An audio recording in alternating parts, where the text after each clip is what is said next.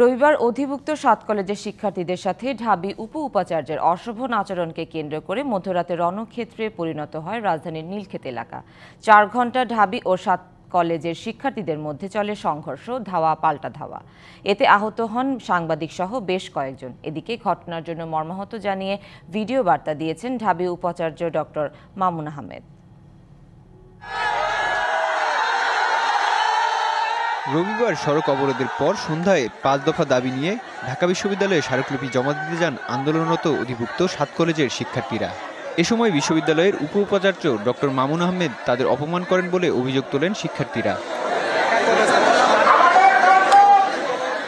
প্রতিবাদে উপাচার্যের ক্ষমা চাওয়ার আলটিমেটাম দিয়ে সায়েন্স ল্যাবরেটরি মোড় অবরোধ করেন ৭ কলেজের শিক্ষার্থীরা।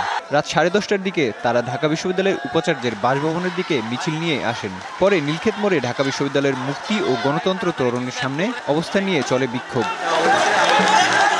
এক পর্যায়ে প্রতিরোধ করতে ঢাকা বিশ্ববিদ্যালয়ের বিভিন্ন হল থেকে কয়েকশো শিক্ষার্থী বেরিয়ে এলে শুরু হয় ধাওয়া পাল্টা ধাওয়া।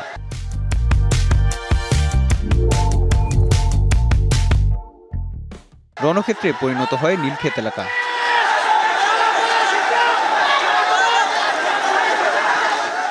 শুরু হয় দুই পক্ষের ইটপাটকেল নিক্ষেপ, ভাঙচুর করা হয় পুলিশের গাড়িসহ স্থাপনা। পরিস্থিতি নিয়ন্ত্রণে সাউন্ড গ্রেনেড ও টিয়ারশেল নিক্ষেপ করে পুলিশ। পুলিশের সহায়তায় যোগ দেয় ৪ প্লাটুন বিজিবি সদস্য। যথেষ্ট দুর্ব্যবহার করেছে একজন প্রভিসির থেকে এই ধরনের দুর্ব্যবহার আমরা আশা করিনি। এটাই হচ্ছে মেইন দাবি, যে আমরা ওনাদের অপমান করে বের করে দিয়েছে, যার কারণে আমরা ওনার পদত্যাগ দাবি করছি। আমাদের ভাইরা কেন আজকে মৃত্যু সজ্জায়? আমাদের ভাইদেরকে গায়ে কেন হাত দিল? যৌক্তিক আন্দোলনে আমাদের ভাইদের গায়ে কেন হাত দিল? প্রশাসনের কাছে জবাব চাই। এদিকে অনাকাঙ্ক্ষিত এ ঘটনার জন্য মর্মাহত জানিয়ে একটি ভিডিও বার্তা দেন ঢাবি উপাচার্য। সব পক্ষকে ধৈর্য ধরে আলোচনার মাধ্যমে সমস্যা সমাধানের আহ্বান জানান তিনি। রাতে যে অনাকাঙ্ক্ষিত ঘটনার সূত্রপাত হয়েছে তা দুঃখজনক।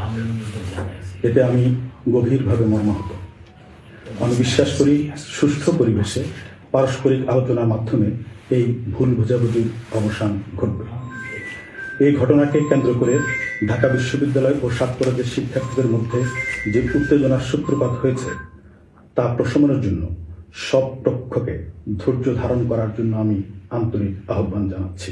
কয়েক ঘন্টার সংঘর্ষে সংবাদকর্মী সহ আহত হন বেশ কয়েকজন। তাদের ভর্তি করা হয় ঢাকা মেডিকেল কলেজ হাসপাতালে। পরে পরিস্থিতি শিথিল হলে আহতদের দেখতে ঢাকা মেডিকেলে যান ঢাবির প্রক্টর সহ বিশ্ববিদ্যালয় প্রশাসন। এর ঘটনায় অনেকে আহত হয়েছে, আমাদের শিক্ষার্থীরা অনেকে আহত আছে। আমরা তাদেরকে দেখতে আসছি, আমরা দেখি তাদের অবস্থা কি।